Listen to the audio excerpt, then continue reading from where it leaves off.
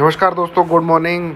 और मंगलवार का दिन है भाई, सुबह चाय की चर्चा की हम लोग आज शुरुआत करते हैं। ठीक है, निफ्टी आपका 17,240 के लगभग निफ्टी का फ्यूचर दिखा रहा है और एसजीएक्स निफ्टी भी आपका ठीक ठाक थोड़ा सा ऊपर दिखा रहा है। तो मार्केट आपका लगभग कह लीजिए 17,200 के आसपास ओपन होने की उसकी संभावना है। 17,200 के आसपास उसकी ओपन होने की संभावना है। तो मेरा कहना यही है, मार्केट जो है साइडवेज रहना चाहिए आज के दिन, और ना उसमें ज़्यादा कुछ खास ऊपर की मूवमेंट आनी चाहिए, ना उसमें ज़्यादा कुछ खास नीचे की मूवमेंट आनी चाहिए। 17,250 255, ठीक है, 200 इनफैक्ट 60 तक, 250 से लेके 260, ये 10 पॉइंट का जोन एक रेजिस्टेंस का काम करेगा। ठीक है, इसको अगर क्रॉस करता है तो आपको 17,300 तक का लेवल देखने को मिल सकता है स्क्रीन पे। बट 17,300 एक अब बहुत बड़ा रेजिस्टेंस है, जो पहले कई बार इस देखिए मार्केट का जोन कैसे ओपन होता है। आपको याद होगा 17,800 पे बार बार टक्कर मार के ऊपर चला जाता था, बट 17,800 ब्रेक हुआ तो हमें नीचे कहाँ देखने को मिला, 17,300। अब 17,300 ब्रेक हो गया तो नीचे 16,950 16,800 तक का जोन जो है ओपन हो गया है, और ऊपर की तरफ अब 17,300 को रेजिस्टेंस के तौर पे एक्ट करना चाहिए। ठीक है, अगर आज उसके ऊपर क्लोजिंग नहीं आती है तो, क्योंकि ब्रेकडाउन कल ही आया है और एक दिन के ब्रेकडाउन को हम ब्रेकडाउन नहीं मानते हैं, उस ब्रेकडाउन के नीचे नेक्स्ट डे में क्लोजिंग आनी बहुत ज़रूरी है। ठीक है, तो 17,300 के नीचे क्लोजिंग आनी बहुत ज़रूरी है अगर निफ्टी को नीचे के टारगेट देने हैं, 17,000 के नीचे के टारगेट अगर उसे पूरे करने हैं।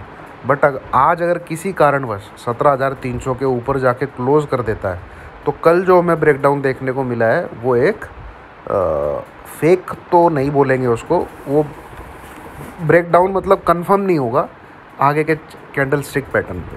ठीक है, बट मुझे लगता नहीं ऐसा होगा। मार्केट साइडवेज रहना चाहिए, मार्केट में ज़्यादा मूवमेंट नहीं आनी चाहिए। 17,200 17,250 17,180 इसके आसपास मार्केट आपका घूमता फिरता दिखेगा। ठीक है, पुट शॉट जिसकी भी हैं वो निकल जाइएगा। और 17,100 मैंने आपको कल भी बताया है एनालिसिस में, उससे पिछले दिन भी बताया है कि यहाँ पे मार्केट थोड़ा सा होल्ड करने की कोशिश करेगा, क्योंकि वो बहुत ही क्या कहते हैं इम्पोर्टेंट रेजिस्टेंस की लाइन थी जब निफ्टी को ऊपर जाना था। तो कल का एनालिसिस ज़रूर देखिए। एक ही कारण, एक ही क्या कहते हैं आपको शॉर्ट करना है, एक ही रीज़न बनेगा शॉर्ट करने का, अगर 17,100 ब्रेक हो जाता है। ठीक है, तो 17,150 155 जो कल की क्लोजिंग का लेवल है उसको एसएल रख के आप शॉर्ट कर सकते हैं। अगर वो नहीं बनता है तो फिर मार्केट में मैं कोई ट्रेड नहीं करना चाहूँगा, मैं मार्केट को बस दूर से ही देखना चाहूँगा। साइडवेज 50-100 पॉइंट के दायरे में ऊपर करता रहे नीचे करता रहे। I am not interested in trading. ठीक है, आज मैं टॉम एंड जेरी देखना ज़्यादा पसंद करूँगा rather than trading in Nifty. कुछ स्टॉक होंगे तो मैं आपके साथ में टेलीग्राम पे शेयर कर दूँगा। बैंक निफ्टी भी मेरे को 39,800 के आसपास ही घूमता फिरता दिखेगा। 600 से लेके 800 या ज़्यादा 40,000 के आसपास जा सकता है। तो 200-300 पॉइंट के अंदर ही बैंक निफ्टी भी घूमता फिरता रहेगा। और वैसे ही फाइनेंस निफ्टी की एक्सपायरी है ट्यूसडे, वैसे भी बोरिंग होते जा रहे हैं। तो यही रहेगा मार्केट, ज़्यादा कुछ मार्केट में मुझे आज लग नहीं रहा। कोई स्टॉक होगा तो मैं आपके साथ ज़रूर चर्चा करूँगा। और देखिए वहाँ बैंकों की तो कोई सिग्नेचर बैंक करके भी न्यूज़ आई है। ठीक है, तो ऐसे जो भी उनकी बिरादरी के ऐसे ऐसे बैंक हैं उन सब पे धीरे धीरे संकट तो आएगा।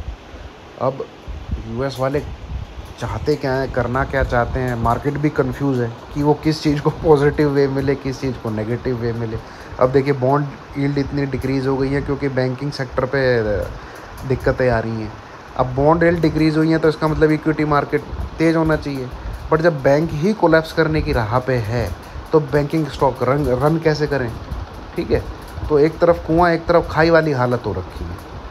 ठीक है, अब बात यह है कि भाई खाई में नहीं गिरेंगे, कुएं में गिरेंगे तो स्टॉक मार्केट थोड़ा सा भागने की तैयारी करता है।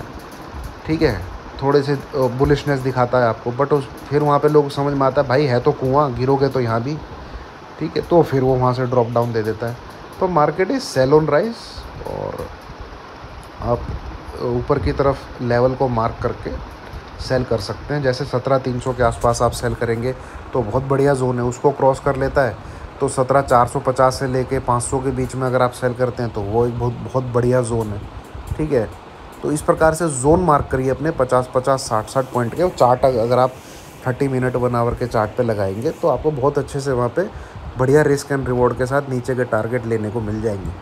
ठीक है, नहीं तो फिर मैं बता ही रहा हूँ, मैं बाई करने में तो जब तक मुझे स्क्रीन पे नहीं दिखे, देखो दोस्तों अब मैं जो मर्जी बोल रहा हूँ, लाइव मार्केट में अगर मुझे बहुत बढ़िया तेज़ी दिख जाती है, एडवांस डिक्लाइन रेशियो मुझे अच्छा दिख जाता है, मार्केट की पल्स मुझे अच्छी दिख जाती है, तो मैं बाई का बटन भी दबाने में कोई हर्ज नहीं करूँगा। और पर मैं टेलीग्राम पे आपके साथ शेयर कर दूँगा। B dynamic in this market, be ready for that 10-20% thing जिसके बारे में आप सोच नहीं रहे थे। 70-80% तो आपको जो लगता है कि ऐसा होना चाहिए, पर जो 10% चीज़ है, जो प्रोबेबिलिटी का सेकंड पार्ट है, थिंक अबाउट इट ऑल्सो कि ऐसा भी हो सकता है। ठीक है, अगर ऐसा नहीं हो सकता है तो 90% लोग लॉस नहीं कर रहे होते, वो लॉस तभी तो कर रहे होते हैं जो उन्होंने सोचा नहीं होता मार्केट में वो हो जाता है। तो उस 10% 20 प्रोबेबिलिटी की भी इज्जत रखनी है। ठीक है, चलिए ये था मेरा व्यू मार्केट को लेके आज के लिए। आज मुझे साइडवेज ही लग रहा है मार्केट में कोई ख़ास हरकत मुझे नहीं दिख रही है आज। ठीक है, और ये मेरा पर्सनल व्यू है दोस्तों, डिस्क्लेमर जरूर पढ़िएगा, वीडियो के डिस्क्रिप्शन में रहता है। बाकी आपको जो समझ में आए, जो आपका विवेक बोले, आपके ज्ञान चक्षु बोले, वो जो आप कर सकते हैं। ठीक है, थैंक यू वेरी मच।